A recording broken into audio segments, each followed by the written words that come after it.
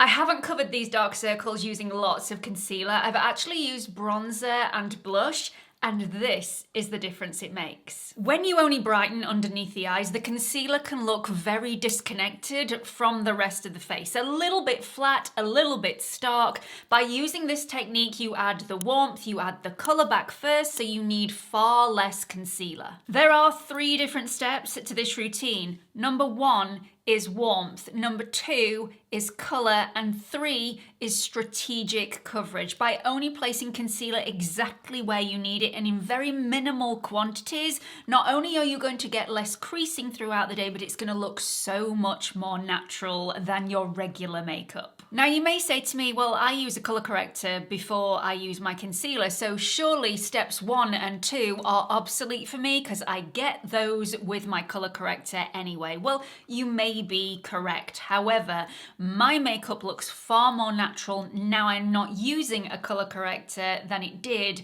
when I was using a color corrector. And I think it's because I am using the exact same products all over my face. So everything just looks more cohesive, more natural, just, more polished. So first up, I apply bronzer everywhere that I would normally apply bronzer. So forehead, tops of cheekbones, down the nose, everywhere that the sun would usually hit. And then I place a little dot underneath my eye, a very, very little dot. This bronzer is going to add warmth underneath the eye. It's also going to help to cancel out those dark circles and allow your concealer to not look overly bright underneath the eye. I always find when I'm just applying concealer straight underneath the eye, it looks a little stark. It turns my under eye circles a hint of bluey grey and makes me look a little bit ill. So as well as not looking as cohesive, it also doesn't look as flattering. Step 2 is the surprising part, and it's the bit that gets everybody a little bit frightened because it can look strange before it looks better. So you need to trust the process. I did show you this on my mum when I did her makeup a few months ago, and it looks absolutely beautiful. I'm hoping that some of you took this tip on board and this is how you now do your makeup. Now you will see that I am only using cream-based and liquid-based products for this look. I just think it is far easier than powder products, and powder underneath my eye tend to make my eye a little bit creasy and a little bit cakey, so I prefer cream-based products. So I'm going to take a liquid blush and I'm applying it everywhere that I would normally apply it, but taking it much higher than I usually would, right underneath the eye, so right where that under eye circle is, not all the way to the lash line, but I am taking it much, much higher than you generally would. This placement technique also helps with color correction, but it also melts everything together. So although it looks frightening in the beginning, wait until you've applied a little bit of concealer over the top.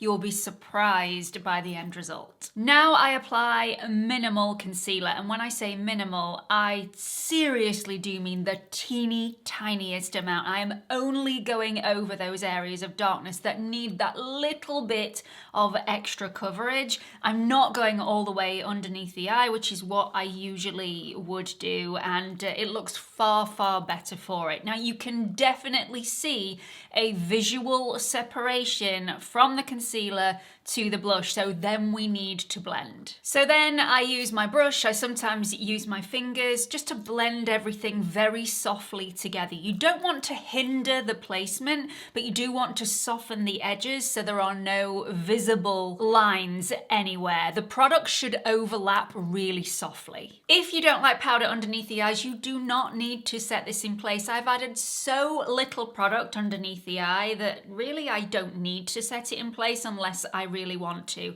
I tend to set my under eyes in place, but only the areas that are extremely movable as I am expressing myself throughout the day and as my skin is moving. So that really movable skin, I do tend to dust a little bit of powder over those areas just to give them a little bit of added welly in the longevity category. So let's have a look at the side by side. Obviously this is me before I applied any of the product. Then this is me with one side done with bronzer and blush, the other side just done with concealer and ordinary blush and bronzer placement.